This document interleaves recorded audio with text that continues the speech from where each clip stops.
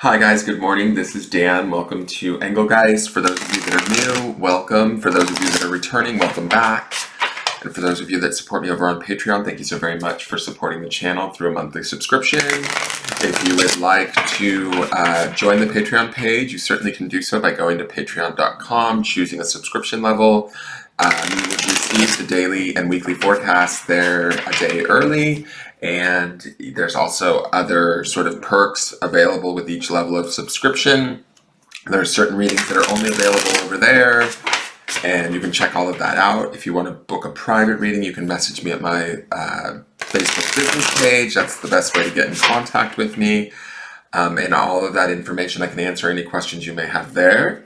For those of you that are new to the channel, this is the reading. This is for reading for the highest good of the greater collective. Therefore, it is a timeless message. But for those of you that regularly watch the channel, this is for Saturday, September 26th, the forecast for that day.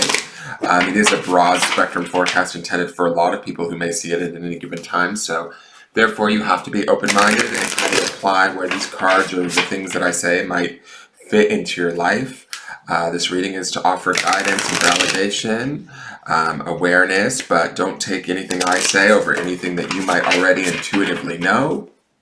If you do choose to make any decisions pertaining to situations in your life after having watched this video, those would be your responsibility. And beyond that, we're just going to get into this and see what's going on. Let's see what's going on. What do we need to know?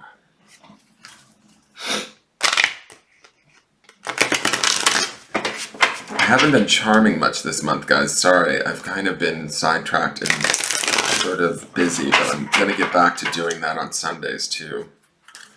So please bear with me.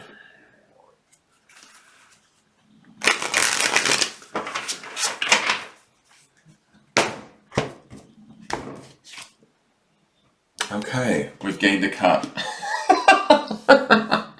Yesterday we had the Four of Cups. Today we have the Five, and we still have that Knight of Wands underneath. Oh, what is pushing us, people? What is pushing us? It's like we're fighting fire and water, which kind of the two collide. They're not necessarily, I'm just not totally irrevocable, right? And for those of you that are new, I'm referencing back to Sunday's cards because that's not only the reading for Sunday, but it also underpins the energy of the week. So I kind of factor in the last card of that reading toward the latter part of this week. So that was the Knight of Wands that I'm referencing right there. And so Knight of Wands can be about fire, service, loyalty, doing the right thing, trying to get things done, taking action, that kind of a maybe having sort of high aspirations and wanting to move on them. But this water energy sort of wants to put out that fire. To me, I feel like we're being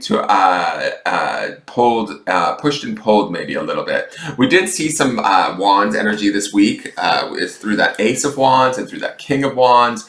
So there is like things that we want to do. There is desires that we have. There is focal points that do excite us. But what is it that's talking us down or bringing us back off the ledge? It looks like to me, judging by these all of these Cups cards in the last 2 days, that it might be emotionally. We're kind of going through it. We're trying to deal with it. We're trying to process through the emotions, the feelings, any sort of sadness, resentment, losses that we feel as though maybe we've taken in situations, relationships, friendships, wherever it is that we feel like it's not been, what's the word, like equitable.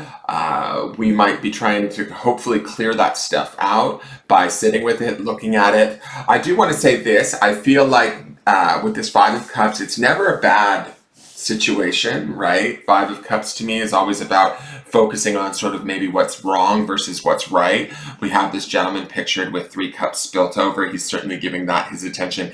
He's not seeing that he still has those the 2 cups behind him that are filled up. So he's not completely at a loss. But also we have that river right in front of him, where he could fill these cups right up if he wanted to, right?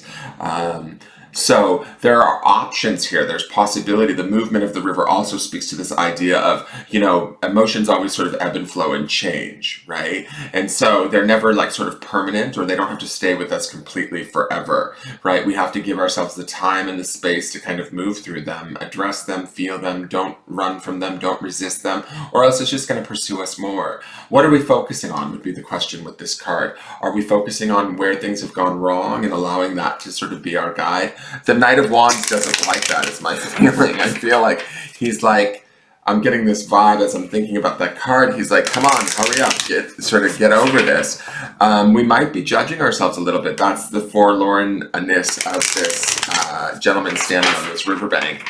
To me, it feels like we might be maybe slightly critical of ourselves or our situation in a way, and that might be also getting in our own way a little bit for some of you, so keeping that in mind. I do like that house across the river there, if you can see that. To me, that speaks to the idea that there are things on the horizon, or new opportunities, new endeavors, possibilities that we want to pursue, but we need to like lift our head up and see that the river has options. There's movement, there's possibility, there's, a myriad of different sort of potential solutions, that if we stop being, like focused on the sadness of it all, or the loss of it all, the where we've been wronged, whatever those 3 spilled cups are for each and every one of you, stop giving that the attention and start to look at what you do have, right? What is out there and what you can do. And that's when you sort of open the door for that Knight of Wands to kind of come in and start to hopefully carry you through this time. I'm not saying, deny how you're feeling. I'm not saying deny sort of situations that have happened to you, but you also don't want to like entertain them so much that they continue to hold you in place. Does that make sense? I hope that makes sense. So let's see what we've got going on with Moonology. Okay, full moon in Virgo, you are good enough. Now, I feel like this is an answer to this 5 of Cups energy. I feel like with this head hung low here on this gentleman, he is standing, which to me, that's a step in the right direction from that 4 of Cups. The gentleman was seated in the 4 of Cups. He felt a little bit less emotionally sad yesterday. Today, when I'm looking at this guy's a little bit more forlorn. I feel like there could be some self-criticism going on, or criticism of our situation, where that criticism or that desire for it to be different, wishing things were different, or there was, is holding us in place. It's almost limiting us, right? This full moon in Virgo is about Virgo's sort of earthy, practical nature, bringing in that kind of earthy vibe of Virgo, that balance, that can-do kind of attitude. And also the full moon is like having all of our, power at our fingertips, right? We have this ability, we've got this, okay, I hope this is going to make sense. I'm looking at this kind of fire-water battle, right? We've got the Knight of Wands underneath this 5 of Cups. And so the 5 of Cups, or our viewpoint, our emotional relation to a situation, might be kind of holding us in place, making us sad, maybe even for some of us depressed. We may not necessarily be able to see the full bigger picture. The Knight kind of wants to get there or start to create that, but we might have to go through some of this emotional stuff and clear it away. This full moon in Virgo speaks to this idea that, when the moon is full, that's when it's at its highest power. That's when it's sort of time to let go, time to release, time to sort of channel all of that lunar energy and make it happen. Virgo being, an earth sign, is practicality, material things, getting things done, seeing through on goals, being, there's a slight aspect of judgment and nervousness to Virgo, but I don't think we want to get into that. We've already got some of that going on here in this 5 of Cups. We want to take the beneficial aspects of this full moon in Virgo and utilize it to sort of be practical and apply all of our sort of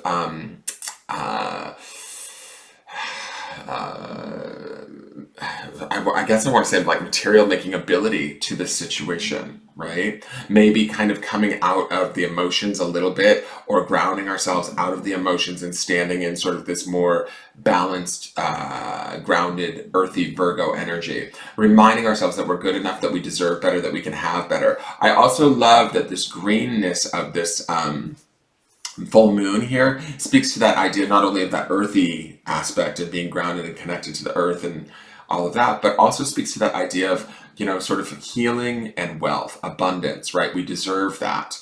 And so channeling some of that too, reminding ourselves that we can have better, we can do better, we can create better. We need to just like pick up our damn cups, go to that river, fill them back up, and start again, right? And whoever maybe didn't, you know, live up to our expectations, or wherever we maybe have fallen, you know, to the wayside, whatever, pick ourselves up, dust ourselves off, and keep on moving. That's sort of the feeling that I'm getting, or that's sort of the message that I feel like is in these cards, especially with that Knight of Wands wanting to push forward underneath all of this. Let's go to the grounding stone and see what's going on there.